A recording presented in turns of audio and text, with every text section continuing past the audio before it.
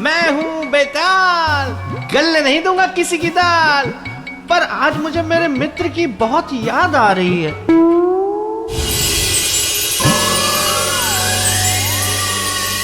पृथ्वीलोक का मित्र, पृथ्वीलोक में भारतवर्ष की बात कर रहा हूँ, जहाँ है मेरे मित्र की नगरी, विक्रमादित्य की नगरी, उज्जैनी।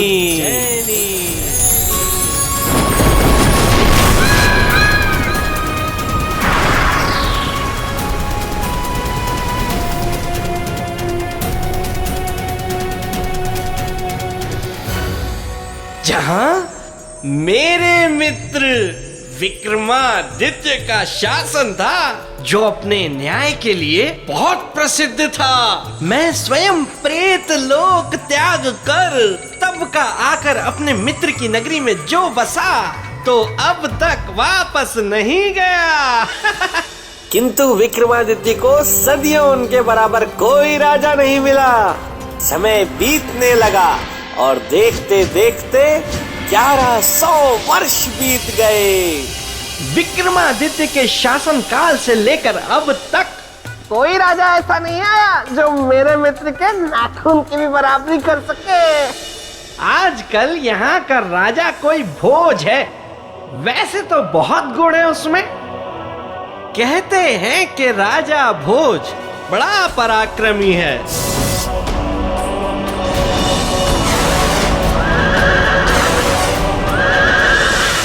होगा, लेकिन कहाँ मेरा मित्र विक्रमादित्य और कहाँ राजा भोज? लेकिन थोड़ा बहुत ज्ञान तो उसमें भी है। तभी तो एक ही रात में पूरी रामायण को काव्य और कथा दोनों में लिख डाला, जिसे बाद में चंपू रामायण कहा गया। इसमें कौन सा बड़ा कद्दू में तीर मार दिया राजा भोज ने। मेरा विक्रम होता तो आधी रात में ये सब कर देता।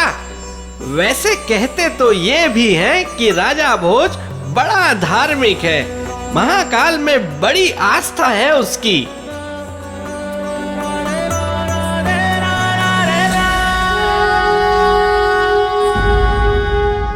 होगी, मुझे क्या, मेरे विक्रम जैसी आस्था तो हो ही नहीं सकती। लेकिन राजा भोज न्याय प्रिय और जनप्रिय तो है ही। महाराजा भोज की जय हो, महाराजा भोज की जय हो, महाराजा भोज की जय हो, महाराजा भोज की जय हो, महाराजा भोज की जय हो, महाराजा भोज की जय हो, महाराजा भोज की जय हो, महाराजा भोज की जय हो, महाराजा भोज की जय हो, महाराजा भोज की जय हो। शांत प्रजाजनों, शांत। राजा तो केवल एक है, वो महाकाल।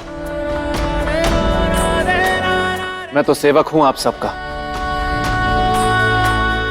आपकी इस उज्जैनी का। मेरे जीवन का एक ही लक्ष्य है, आप सबका सुख। यदि आप सबको सुख दे पाया तो अपने आप को मैं अत्यंत सौभाग्यशाली समझूंगा। जय महाकाल।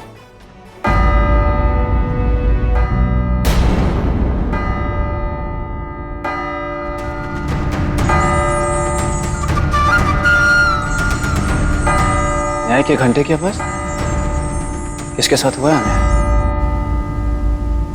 आज हम न्याय की गुहार लगाने के लिए नहीं आए हैं महाराज, बल्कि एक जटिल समस्या के समाधान की आस लेकर आए हैं। समस्या? कैसी समस्या?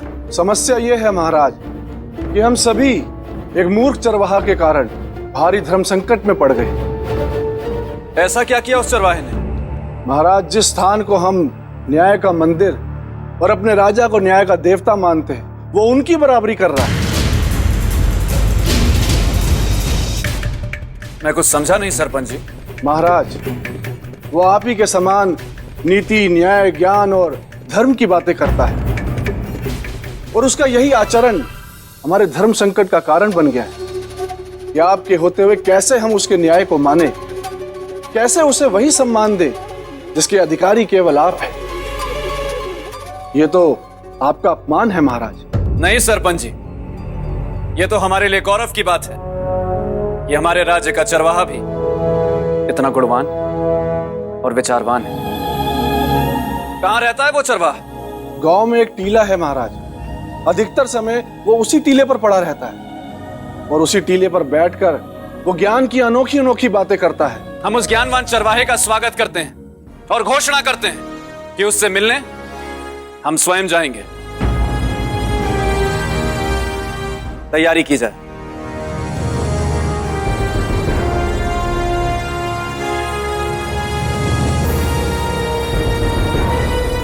जय महाकाल, जय महाकाल, जय महाकाल।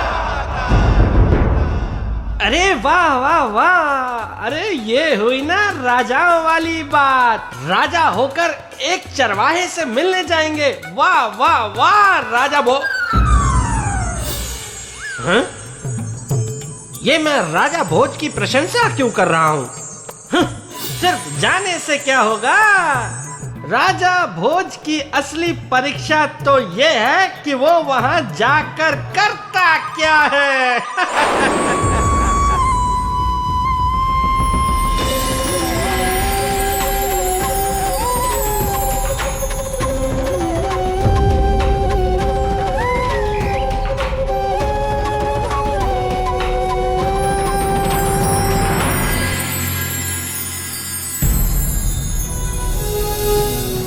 प्रणाम महाराज,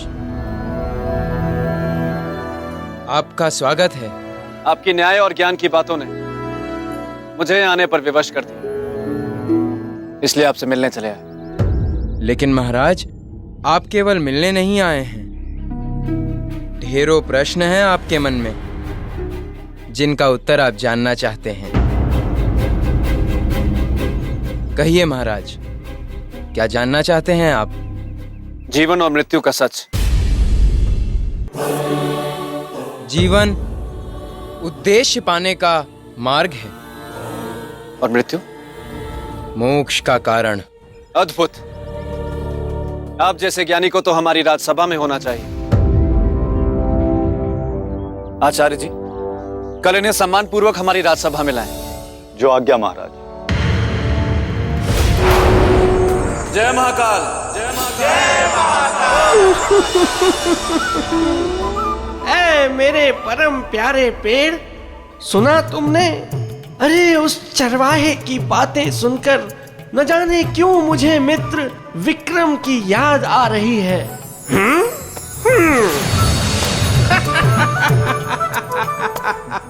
बेताल।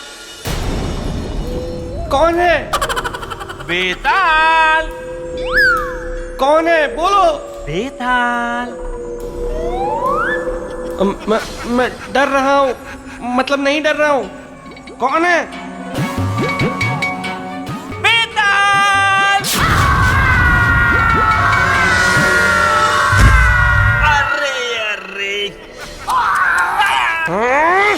विवाह कुंडल, तुम यहाँ क्या कर रहे हो?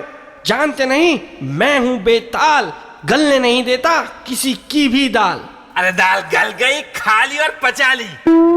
यहाँ क्या करने आए हो? विवाह। सुनो बेताल, मुझे कुछ नहीं सुनना। अरे अभी बेताल को पकड़ लूंगा। अरे कहाँ गया बेताल? बेताल, अरे बेताल कहाँ गया? मुझे नहीं करना कोई विवाह शिवाह। सुनो मेरी बात सुनो, तुम्हारे लिए अच्छा सा रिश्ता आया है बेताल, मैं तुम्हें छोड़ूंगा नहीं बेताल। अरे ये आप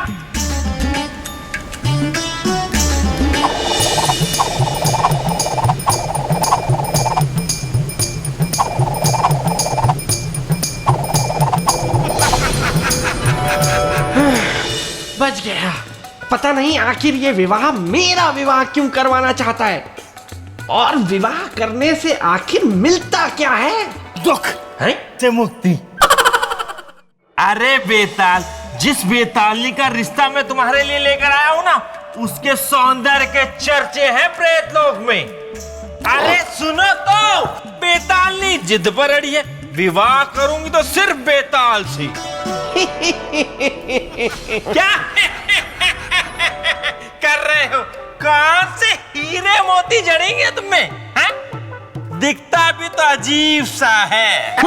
अजीब सा नहीं हूं मैं, वो तो कई वर्षों से धूल मिट्टी झड़ी नहीं है बदन से, इसीलिए ऐसा हो गया। अरे तो मान जाओ ना विवाह के लिए। अरे प्रेत लोक के प्रसिद्ध कवि चांडाल पानी की बेटी है सौंदर्य लेखा। होगी वो किसी की भी बेटी। विवाह कुंडल जाकर कह दो उस बेतालनी से कि बेताल और कबूतर में फर्क है। कबूतर में? वो कैसे? दिखाऊं कैसे? मैं फुर्र से उड़ जाता हूँ। बेताल, मुझसे तो बच के उड़ गए, उससे कैसे बचोगे? आ रही है प्रेत लोक से सौंदर्य लेखा। अब मैं चला।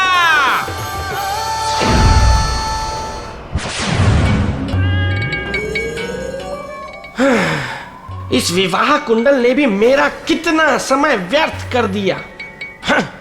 अब तो बस जल्दी से सुबह हो ताकि वो चरवाहा राजा भोज के राजमहल में आए और पता लगे कि आखिर चक्कर क्या है। स्वागत है आपका महारानी वल्लरी। यही हैं वो विद्वान जो हमसे भी अधिक ज्ञान रखते हैं। इनका स्वागत करिए।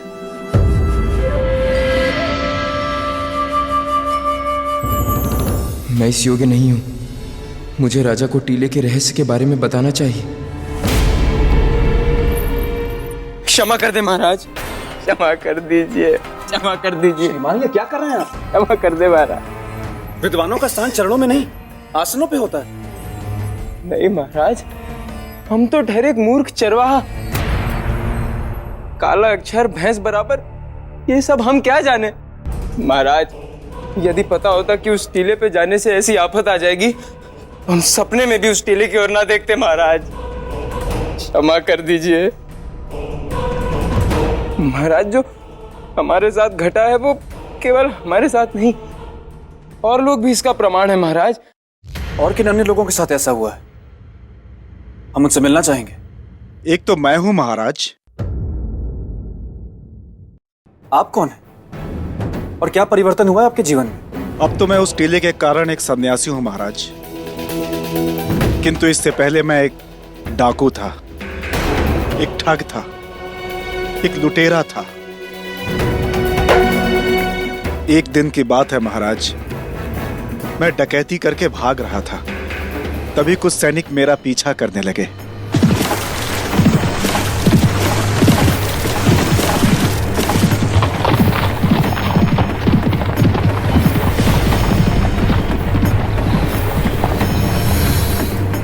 उन सैनिकों से बचने के लिए मैं उस टीले पर जाकर छिप गया।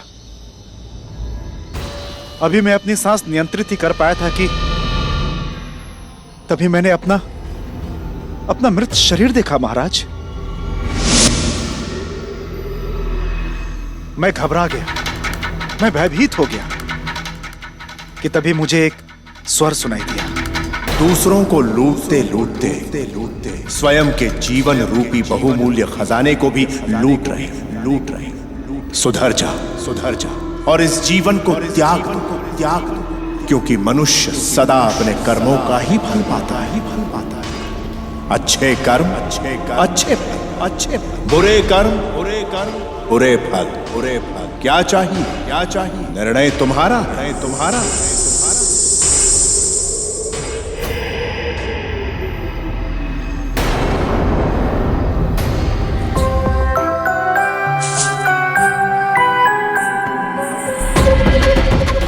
और महाराज, उसी दिन उसी घड़ी मैंने डाकू का जीवन सदा के लिए त्याग दिया और एक सन्यासी का जीवन धारण कर लिया महाराज। सन्यासी जी सत्य कह रहे हैं महाराज। उस टीले में अवश्य ही कोई दैवीय शक्ति है, तभी तो मेरा भी जीवन बदल गया।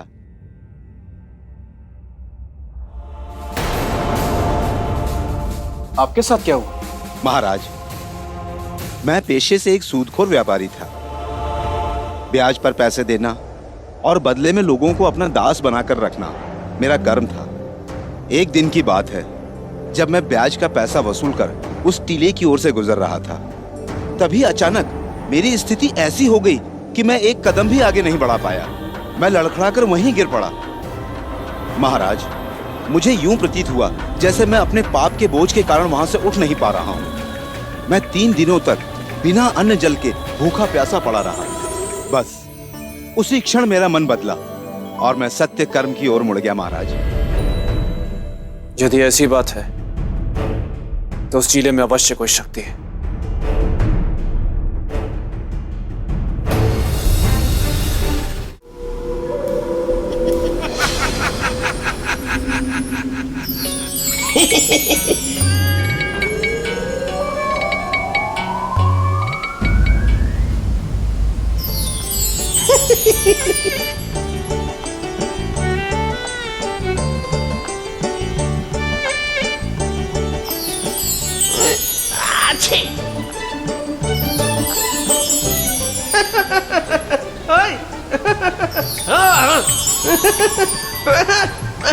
पैर में गुदगुदी कौन कर रहा है?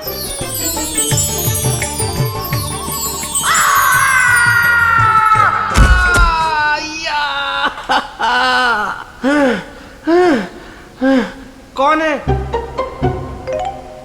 कौन है वहां? सामने आओ। कौन है? मैं डर गया हूं, मतलब नहीं डरा हूं। कौन है?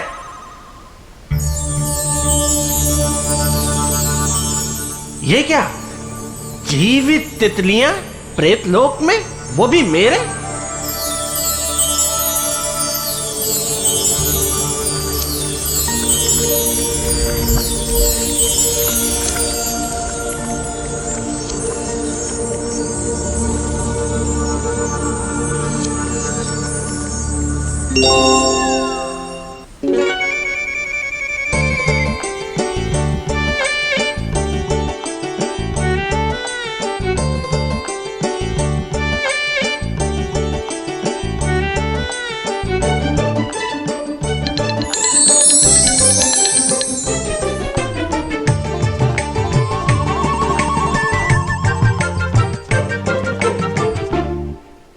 मुझे ऐसे मत देखो, मुझे भी शर्म आती है।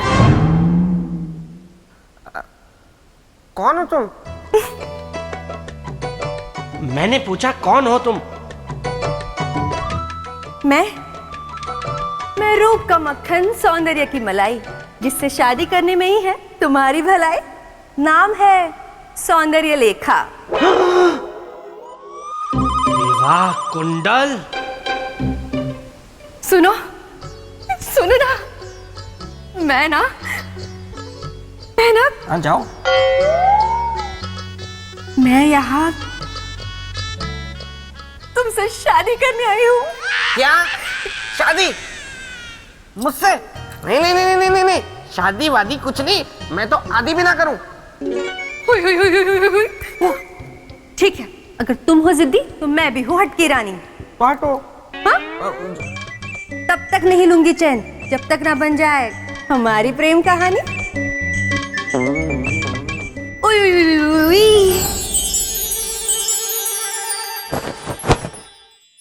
अच्छा हुआ बला टली, पर मेरे सोचने की क्षमता खत्म कर गई। मस्तिष्क काम ही नहीं कर रहा। देखता हूं राजा भोज ने क्या सोचा है। गोलू, गोलू, बाहर आओ वहां से। मैं कहता हूं वहां से बाहर आओ। तुम्हें क्यों इतनी शर्म आ रही है? तुम तो लाल हो गए। दिखाओ मुझे राजा भोज ने क्या सोचा है।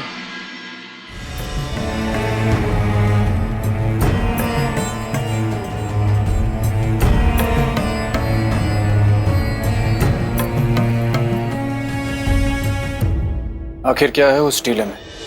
हाँ, आखिर है क्या उस टीले में?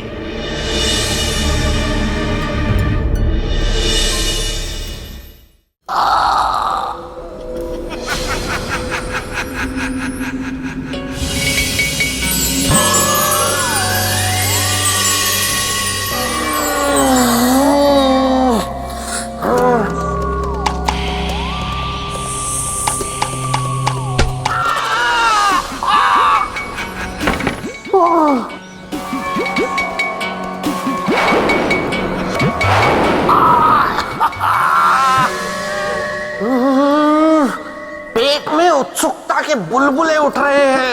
मेरी कुछ समझ में नहीं आ रहा है। ऐ मेरे परम प्रिय पेड़, तुम्हारी समझ में कुछ आ रहा है क्या? राजा भोज शांत बैठने वालों में से नहीं है। वो टीले के रहस्य को जानने के लिए कुछ तो करेगा। आखिर क्या है उस टीले में? ऐसा कौन सा रहस्य, ऐसी कौन सी शक्ति है जो इतनी रात को इतना मधुर संगीत कहां से आ रहा है?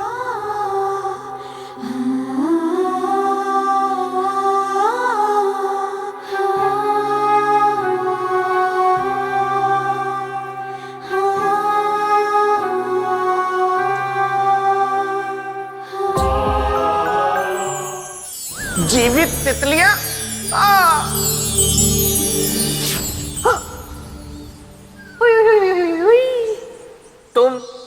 तुम फिर आ गई? हाँ मेरे बेटा, तुम सुर और मैं ताल। मैं फंसने वाला नहीं हूँ, तुम चाहे जितने भी बिछा लो जाल।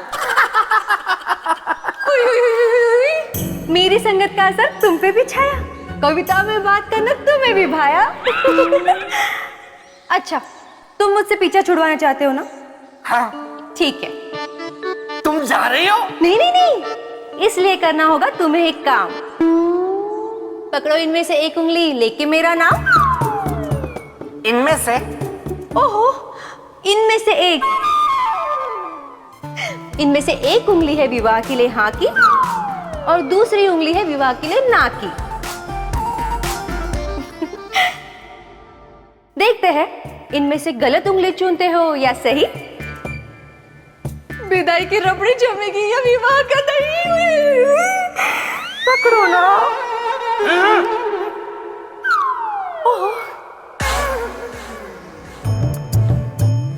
आज मैं ये कहानी खत्म कर दूंगा।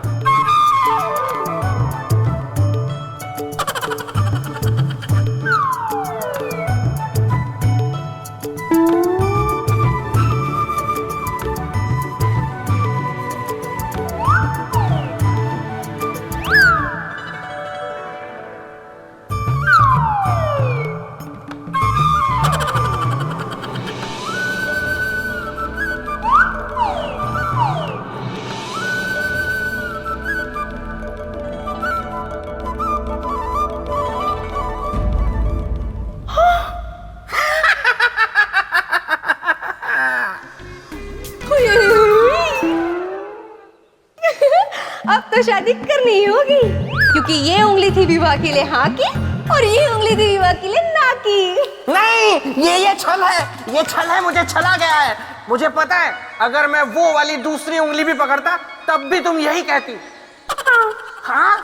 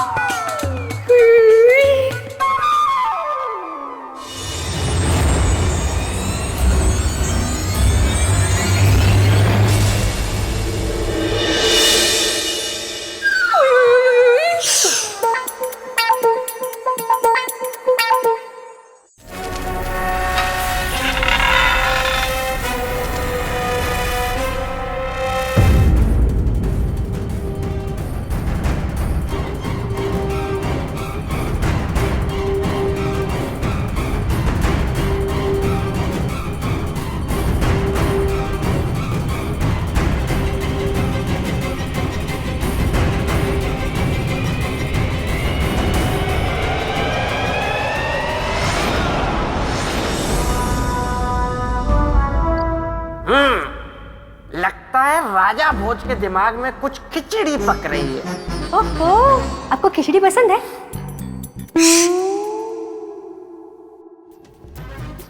ये राजा भोज कहाँ जा रहा है? कुछ तो गड़बड़ है, मुझे भी जाके देखना चाहिए। लेकिन इस बेतालनी का क्या करूं? सुन गई।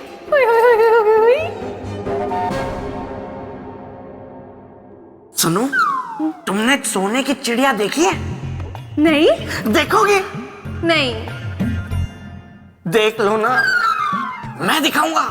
बहुत बड़ी सोने की चिड़िया है, तुमने कभी नहीं देखी होगी। वो देखो, वहां दूर वो जगह दिख रही है तुम्हें? हाँ, वहां पे देखती रहो। वहां पे एक बहुत बड़ी सोने की चिड़िया अभी आएगी और वो चिड़िया बस उड़ी।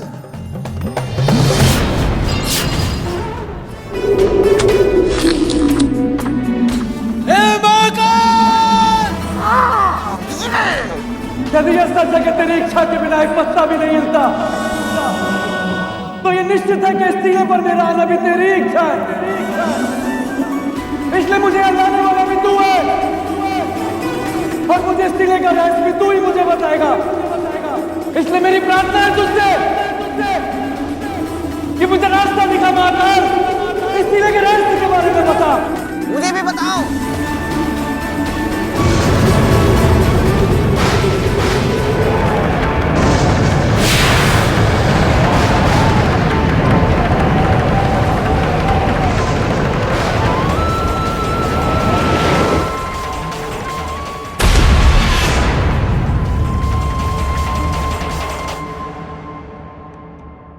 ये कौन सी जगह है? मुझे भी देखनी पड़ेगी।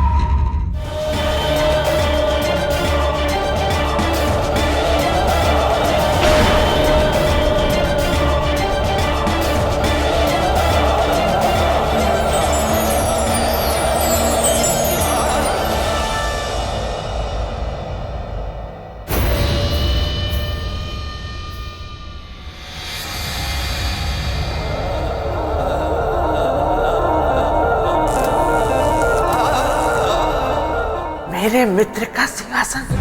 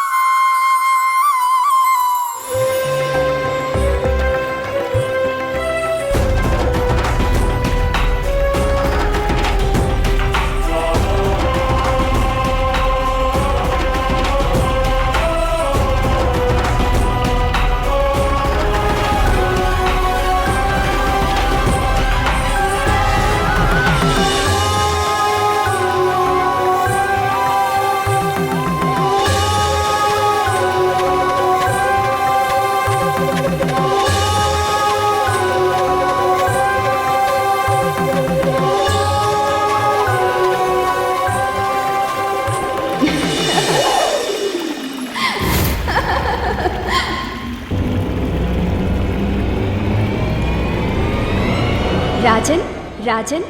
कौन?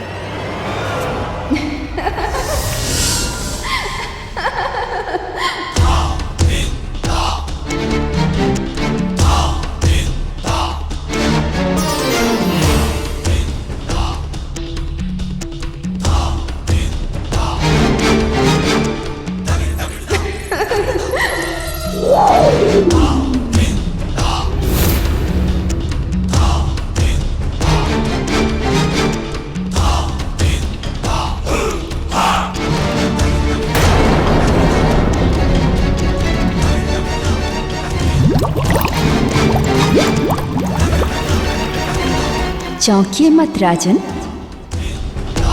मैं आप ही की राह देख रही थी पिछले 1100 वर्षों से। पधारिए।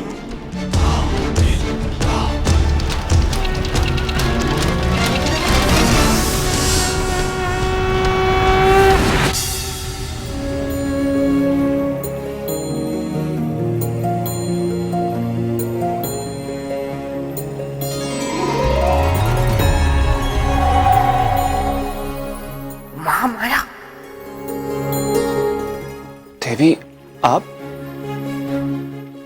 और मेरी राह, और वो भी पिछले 1100 वर्षों से। देवी, मैं कुछ समझा नहीं। अभी तो आए हैं, समझ जाएंगे। आप बस इतना समझिए कि व्यक्ति समय और भाग्य का दास होता है।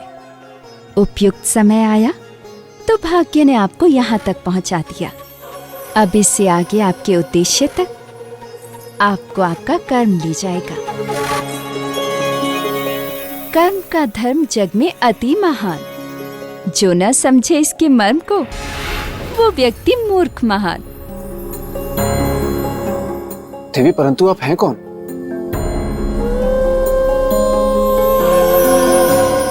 आपका परिचय?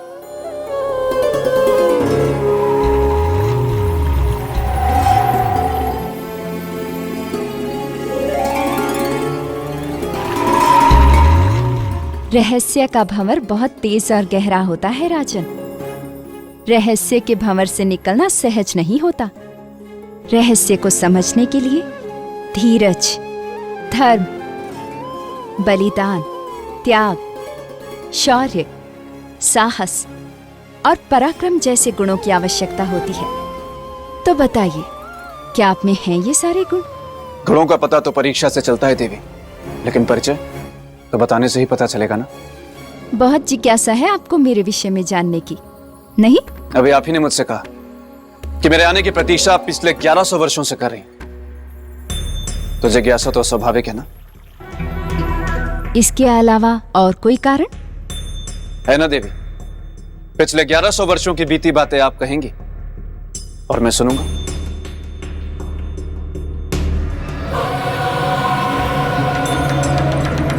माया में खोया, माया में लिप्त, माया में रचा बसा ये संसार, सबको दिखता सच, पर ये सारा जग माया का भ्रमजाल। देवी, मैं कुछ समझ नहीं पाया। क्या रहस्य? नहीं, आपका परिचय? हाँ, मेरा नाम महामाया है। मैं रक्षिका हूं यहाँ की। किसकी?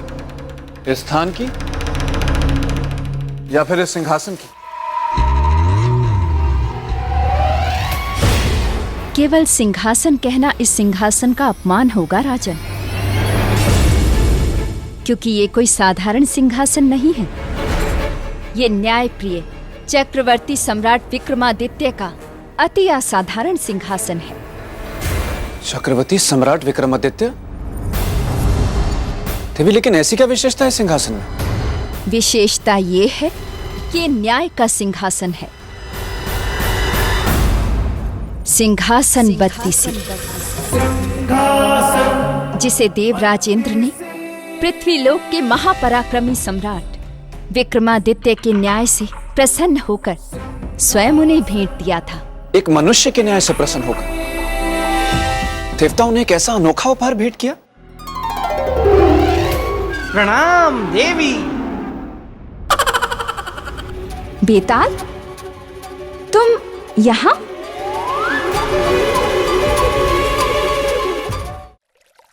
मैं कहां से आऊं? रास्ता। श्रीमान, कहाँ रहे आप? देवी, ये विचित्र प्राणी कौन है? श्रीमान, संभाल के। नहीं गया देवी। मैं भला अपने मित्र की नगरी छोड़ के कैसे जा सकता हूँ? मित्र की नगरी? चक्रवर्ती सम्राट विक्रमादित्य का मित्र हूँ मैं। नाम है बेताल, गलने नहीं देता किसी की दाल।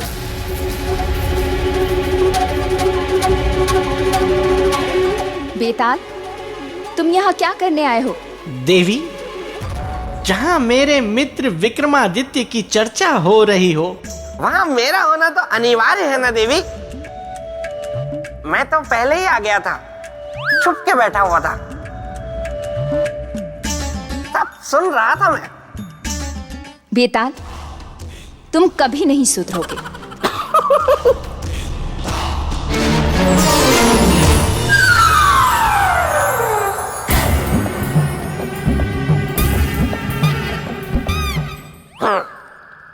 गई।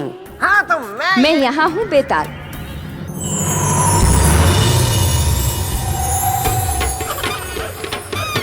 तुम बिल्कुल नहीं बदले। जैसे 1100 वर्ष पूर्व थे, आज भी बिल्कुल वैसे ही हो। बड़ी कठिनाइयों के साथ मैंने सिंहासन के स्थान को गुप्त रखा था तुमसे, पर शायद राजा भोज ने तुम्हें वो मार्ग दिखा दिया।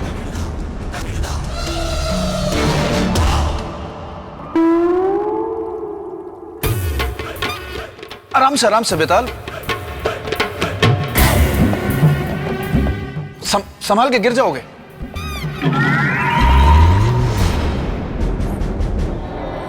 ग्यारह 1100 वर्षों के उपरांत आपके दर्शन और इस सिंहासन के दर्शन करके मैं बहुत प्रसन्न हो गया हूँ। कहीं तुम्हारी प्रसन्नता हमारी चिंता का कारण न बन जाए। नहीं नहीं नहीं नहीं नहीं देवी, कदापि नहीं। मैं तो आपका सहायक बनूंगा और राजा भोज को अपने मित्र के बारे में ज्ञान दूंगा, क्योंकि मेरा मित्र विक्रमादित्य कोई साधारण मनुष्य नहीं था। आप बिल्कुल ठीक कह रहे हैं। सर्वप्रथम भोज के प्रणाम को स्वीकार करें, श्रीमान बेताल।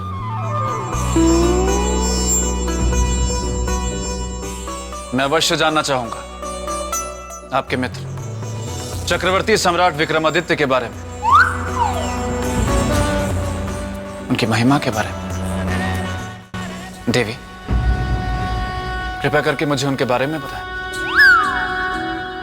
जी राजन, प्राचीन समय की बात है जब सूर्यदेव और शनिदेव में श्रेष्ठता को लेकर गहरा विवाद हो गया और उसी विवाद को निपटाने के लिए सभी ग्रह पहुंचे इंद्र के दरबार में।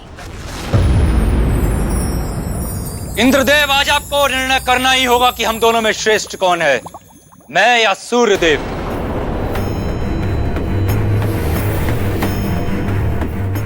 शनिदेव, इसमें कोई संदेह नहीं कि सृष्टि के नियमों के अनुसार सूर्यदेव ही सर्वश्रेष्ठ है। वही सभी ग्रहों के स्वामी हैं। सोच क्या रहे हैं इंद्रदेव? उत्तर दीजिए, कौन श्रेष्ठ है, मैं या सूर्यदेव?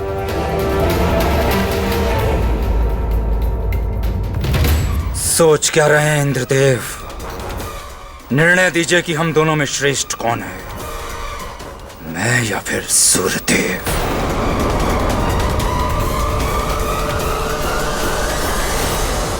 इंद्रदेव के सामने धर्म संकट था। गलत निर्णय वो ले नहीं सकते थे और सच कहने का उनमें साहस नहीं था। स्वर्ग के राजा इंद्रदेव में इतना साहस नहीं था। शनि के क्रोध का भय था उन्हें, इसीलिए इंद्रदेव ने श्रेष्ठता के विवाद के निर्णय के लिए न्यायप्रिय राजा चक्रवर्ती सम्राट विक्रमादित्य को आमंत्रित किया।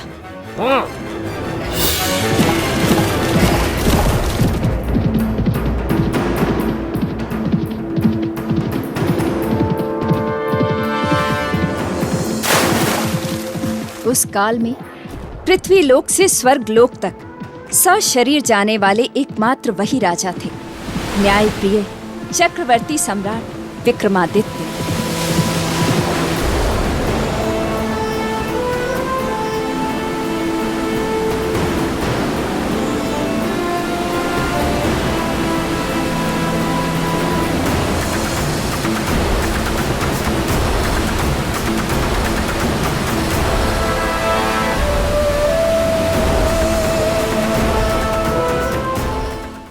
शनि के क्रोध का भय था उन्हें, इसीलिए इंद्रदेव ने श्रेष्ठता के विवाद के निर्णय के लिए न्यायप्रिय राजा चक्रवर्ती सम्राट विक्रमादित्य को आमंत्रित किया।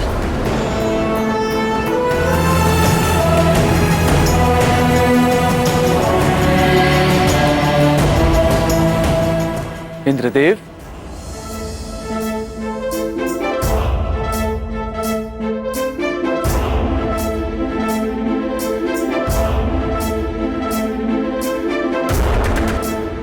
प्रणाम इंद्रदेव। पधारिए चक्रवर्ती सम्राट विक्रमादित्य, इंद्रलोक में आपका स्वागत है। धन्यवाद इंद्रदेव, किंतु इस प्रकार हमें यहाँ पे बुलाने का कारण क्या है इंद्रदेव? निर्णय सम्राट। कैसा निर्णय? सूर्यदेव और शनिदेव के बीच उठे श्रेष्ठता के विवाद का निर्णय।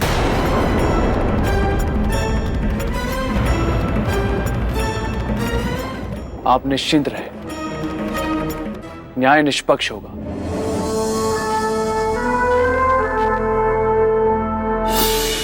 तो क्या सम्राट विक्रमादित्य ने निष्पक्ष न्याय किया? हंस क्यों रहे हो? हंसू नहीं तो क्या करूं देवी। मेरा मित्र विक्रमादित्य जो समस्त संसार में अपने न्याय के लिए प्रसिद्ध था, उसके बारे में राजा भोज पूछ रहे हैं कि क्या उसने न्याय किया। राजन, बहुत मजाकिया हैं आप। बेताल, शांत रहो, और यदि शांत ना रह पाओ तो प्रस्थान करो यहाँ से। लेकिन देवी मैं तो। बेताल, क्षमा देवी, क्षमा। तो देवी, किया निष्पक्ष न्याय सम्राट विक्रमादित्य ने? जितने प्रसिद्ध सम्राट विक्रमादित्य अपने त्याग, पराक्रम और उदारता के लिए थे, उससे अधिक उनकी प्रसिद्धि उनके न्यायप्रियता की गुण की थी। इसीलिए न्यायप्रिय चक्रवर्ती सम्राट विक्रमादित्य ने आतुर शनिदेव को अपना निष्पक्ष निर्णय सुनाया। शनिदेव, सूर्यदेव ही सभी ग्रहों के पालक हैं, तथा आपके भी, और आप तो उनके पुत्र हैं, और पुत्र का पालक तो पिता ही होता है। इसका अर्थ सूर्यदेव ही सबसे श्रेष्ठ है, सभी ग्रहों से भी और आपसे भी। नहीं विक्रमादित्य, नहीं, हम आपका यह न्याय नहीं मानते। अपना न्याय बदल दीजिए, इसी में आपका हित है, अन्यथा परिणाम बहुत बुरा होगा। न्याय के सिंहासन पर बैठने वाले को परिणाम की चिंता नहीं होती शनिदेव, उनका सिर्फ एक ही लक्ष्य होता है, निष्पक्ष न्याय। विक्रमादित्य, तुम्हें तुम्हारा न्याय बहुत भारी पड़ेगा। मेरी दृष्टि जिस पर पड़ती है वो मिट जाता है। हमें सच के लिए मिटना स्वीकार है शनिदेव। तो आज से तुम पे मेरी 7.5 शुरू।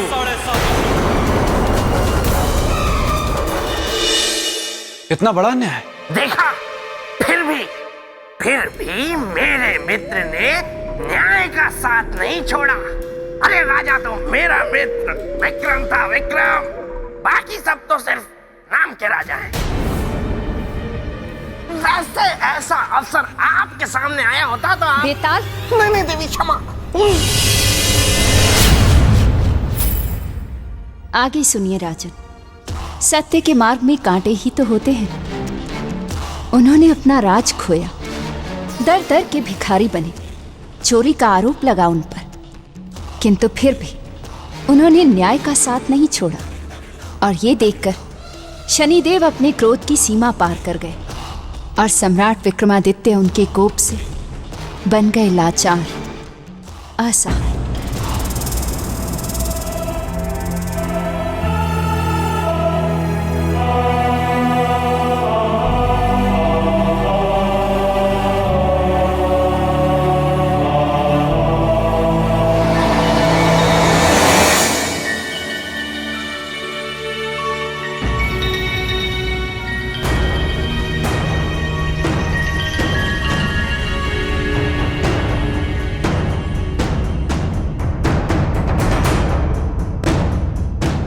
न्याय के पुजारी, अब तो तुम अपनी भूल समझ चुके होगे।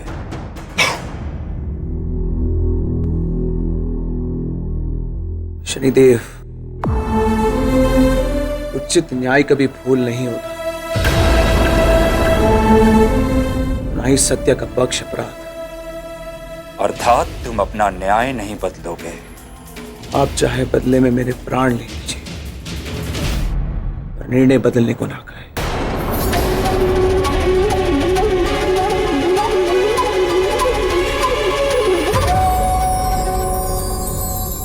हट भी इतना प्यारा होता है, ये आज हमने जाना।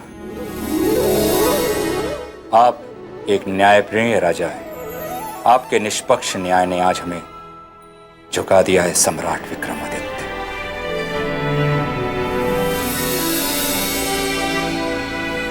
तो इसका अर्थ है कि विजय सत्य और धर्म की हुई। हाँ राजन, शनिदेव का दंड वरदान बन गया। इंद्रदेव व सभी देवताओं ने सम्राट विक्रमादित्य के न्याय से प्रसन्न होकर उन्हें कुछ विशेष भेंट देने का निर्णय लिया, जिसका निर्माण कार्य किया देव विश्वकर्मा ने।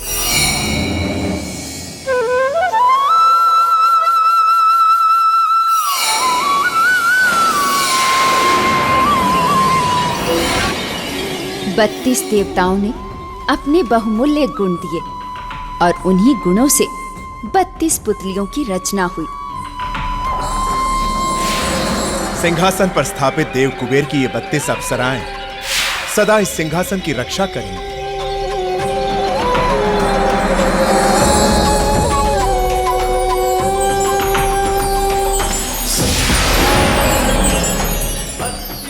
और इस प्रकार उस दिव्य सिंहासन में सभी देवों के गुण आए, जिसे लेकर सभी देवता चक्रवर्ती सम्राट विक्रमादित्य के पास आए।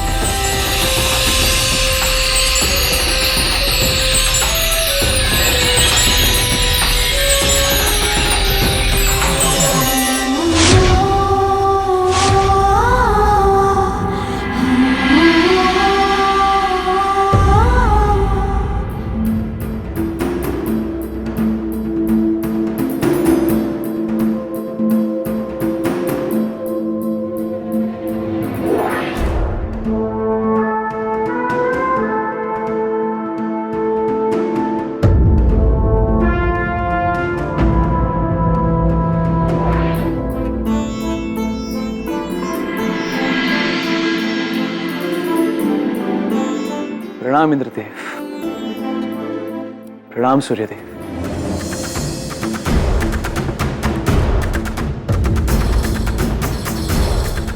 ये सब क्या है इंद्रदेव? सम्राट विक्रमादित्य, ये हम देवों की ओर से आपको एक उपहार है। ये 32 गुणों को धारण करने वाली 32 पुतलियां हैं, जो सदा इस सिंहासन में वास करेंगी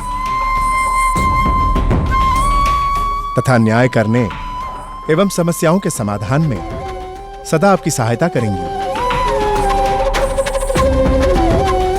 इन पुतलियों के कारण ही यह सिंहासन पूरे संसार में सिंहासन 32 के नाम से जाना जाएगा।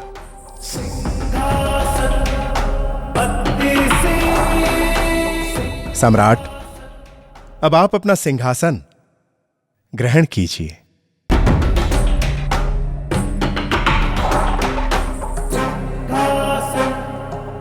सम्राट विक्रमादित्य की जय हो। सम्राट विक्रमादित्य की जय हो। सम्राट विक्रमादित्य की जय हो। सम्राट विक्रमादित्य की जय हो। सम्राट विक्रमादित्य की जय हो। सम्राट विक्रमादित्य की जय हो। सम्राट विक्रमादित्य की जय हो। सम्राट विक्रमादित्य की जय हो। सम्राट विक्रमादित्य की जय हो। सम्राट विक्रमादित्य की जय हो। सम्राट विक्रमादित्य की जय हो। सम्राट विक्रमादित्य की जय हो। सम्राट विक्रमादित्य की जय हो।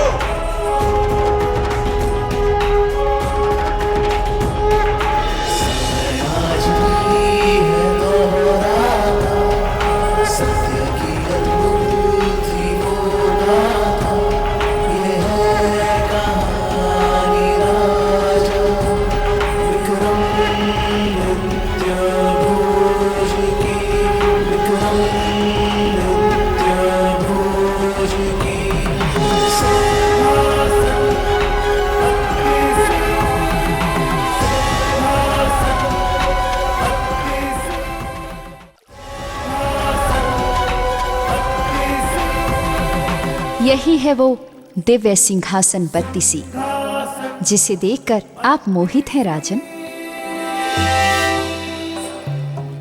इस सिंहासन को धारण करने वाले राजा के राज्य में कभी भी महामारी का प्रकोप नहीं होगा,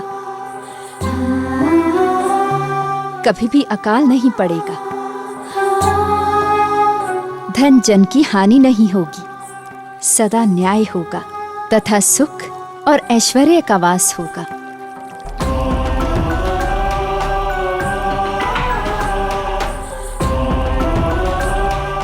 देवी सिंहासन की महिमा सुनकर इसे धारण करने की मेरी इच्छा और भी बलशाली हो गई। अपनी प्रजा के सुख और समृद्धि के लिए मैं इसे धारण करना चाहता हूं।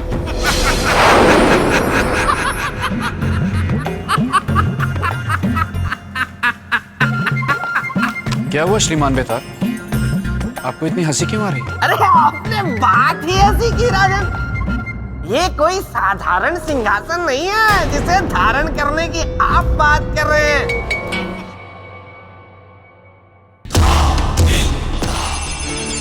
नहीं नहीं नहीं नहीं,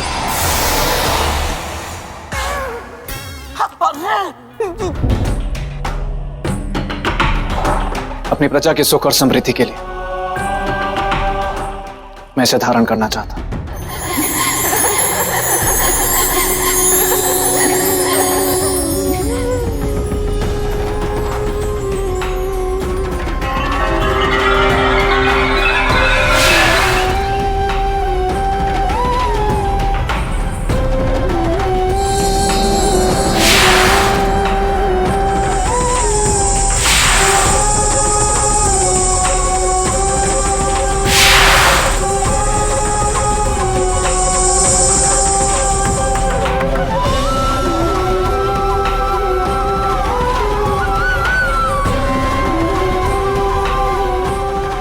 असंभव असंभव असंभव। क्यों देवियों? क्योंकि इस सिंहासन पर बैठने के लिए बैठने वाले में चक्रवर्ती सम्राट विक्रमादित्य के समान ही 32 गुणों का होना अनिवार्य है। क्या आप में उनके समान पराक्रम है? क्या आप में उनके समान त्याग है? अरे देख कर ही लगता है कि हो ही नहीं सकता। न्याय है, धर्म है, नीति है, हो ही नहीं सकती। क्या आप निष्काम हैं? मैं कह रहा हूँ नहीं है। यदि आप में ऐसे सारे 32 गुण हैं, तभी आप इस सिंहासन पर बैठ सकते हैं। अरे देख कर ही लगता है होगा ही नहीं। अन्यथा आप यहाँ से वापस लौट जाइए।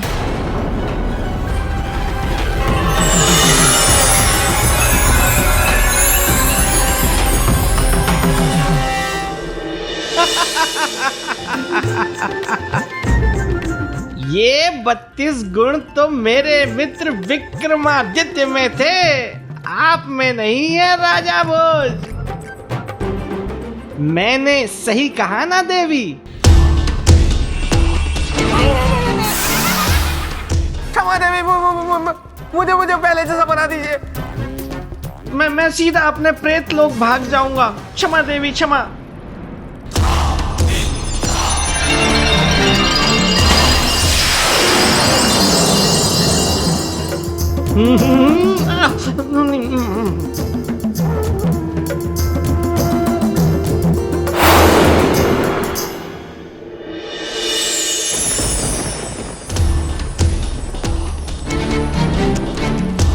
अंतर्द्वंद के दल में धंसा है मन।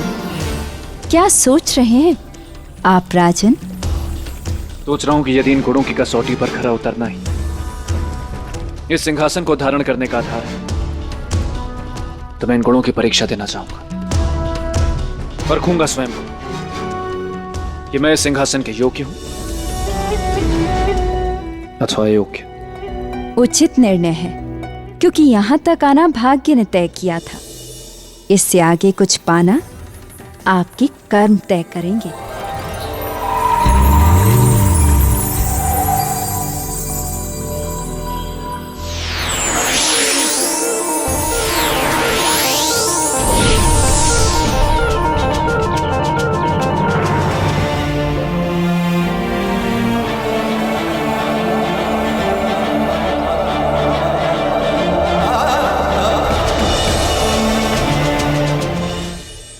मेरे परम प्यारे पेड़, राजा भोज बहुत जिद्दी है वो ऐसे मानने वाला नहीं है। वो उस सिंहासन पे बैठ के ही दम लेगा, लेकिन ऐसा होना नहीं चाहिए। मैं ये सिद्ध करके रहूंगा। पहले मुझे दिखाओ।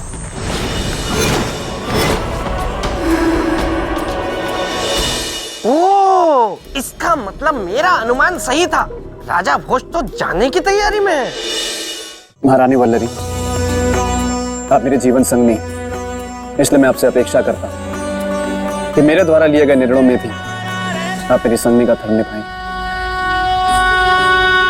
मैं जा रहा हूं और तब तक वापस नहीं लौटूंगा जब तक वो सिंहासन बत्तीसी को प्राप्त न कर लूं। तब तक के लिए राज्य का भाग्य आप संभालें। राज्यकार्य से लेकर प्रजा का सुख सब आप ही को देखें। आप निश्चिंत होकर जाइए महाराज। आपकी सफलता के लिए हम महाकाल से नित्य प्रार्थना करेंगे।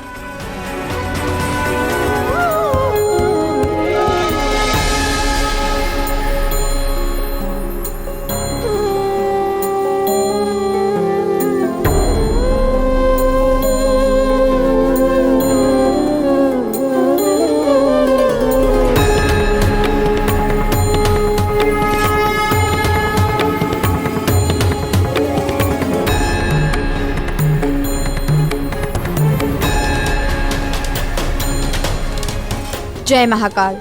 जय महाकाल।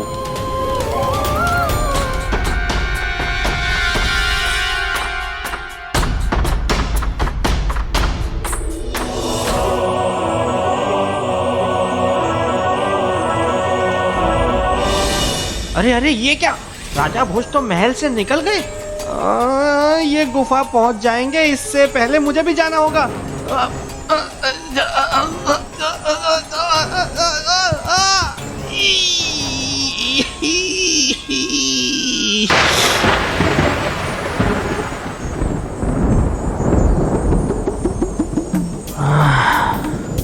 बिजली कड़की है।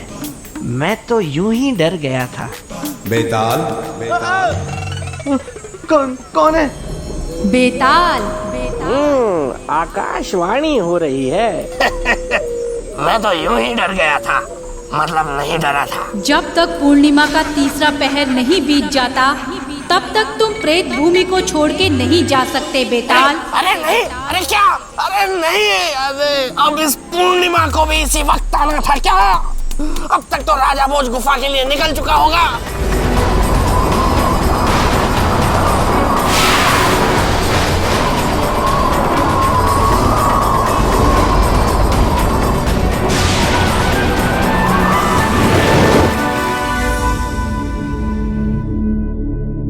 राजन,